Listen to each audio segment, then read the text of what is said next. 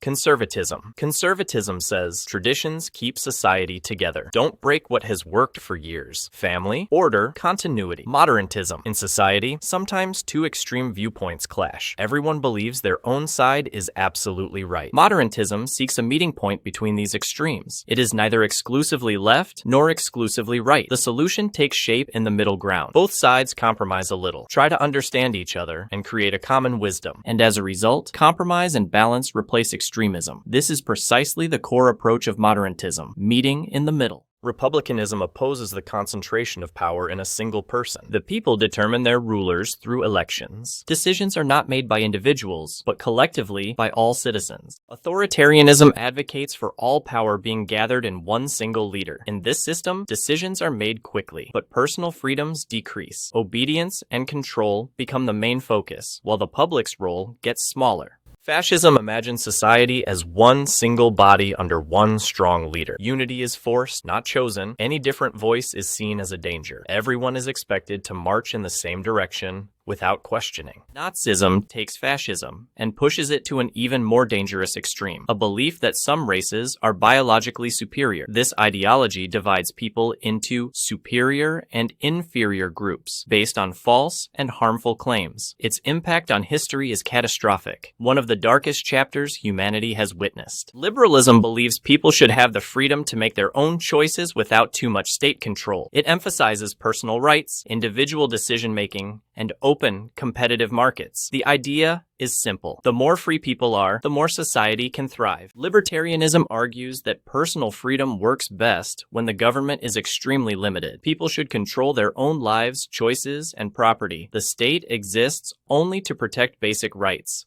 Nothing more. Anarchism imagines a world without government. Instead of rules coming from above, people organize themselves through voluntary cooperation. The idea is, if we respect each other, maybe we don't need rulers at all. Corporatism organizes society not by individuals, but by groups, especially workers, employers, and the state. Instead of conflict, it imagines these groups sitting at the same table and cooperating. The idea is that harmony comes from structured teamwork. Syndicalism says that workers should control the workplaces they keep running every day. Power comes not from bosses, but from united workers acting through unions. When workers stand together, they manage production themselves. Capitalism believes that competition, markets, and individual entrepreneurship drive progress. People earn based on effort, skill, and innovation. When markets are free, businesses grow and new opportunities appear. Socialism focuses on reducing inequality.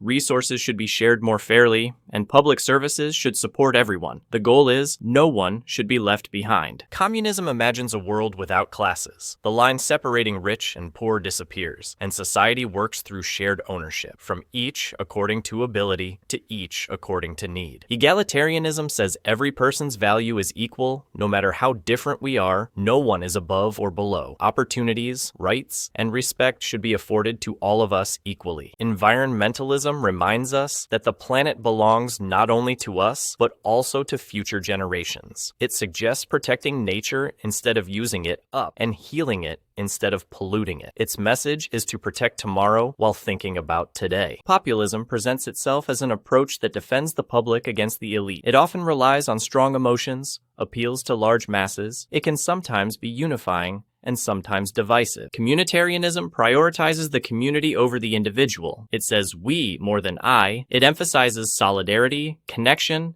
and mutual support. Separatism appears when a community feels culturally or politically different from the larger state. To protect its identity, it demands more autonomy, sometimes even full independence. This creates two separate paths, one for unity, one for self-determination. Feminism advocates for women having equal rights with men in society, at work, and in daily life. This isn't just for women, but for a fairer and more balanced society. It operates with the idea of equal opportunity, equal respect, and equal rights. Progressivism focuses on constant improvement, believing society can always evolve. Science, education, and technology guide this positive change. Its goal is a fairer, smarter, and more modern future. Imperialism is when powerful nations expand their influence over weaker regions. This control can come through military force, economic pressure, or political dominance.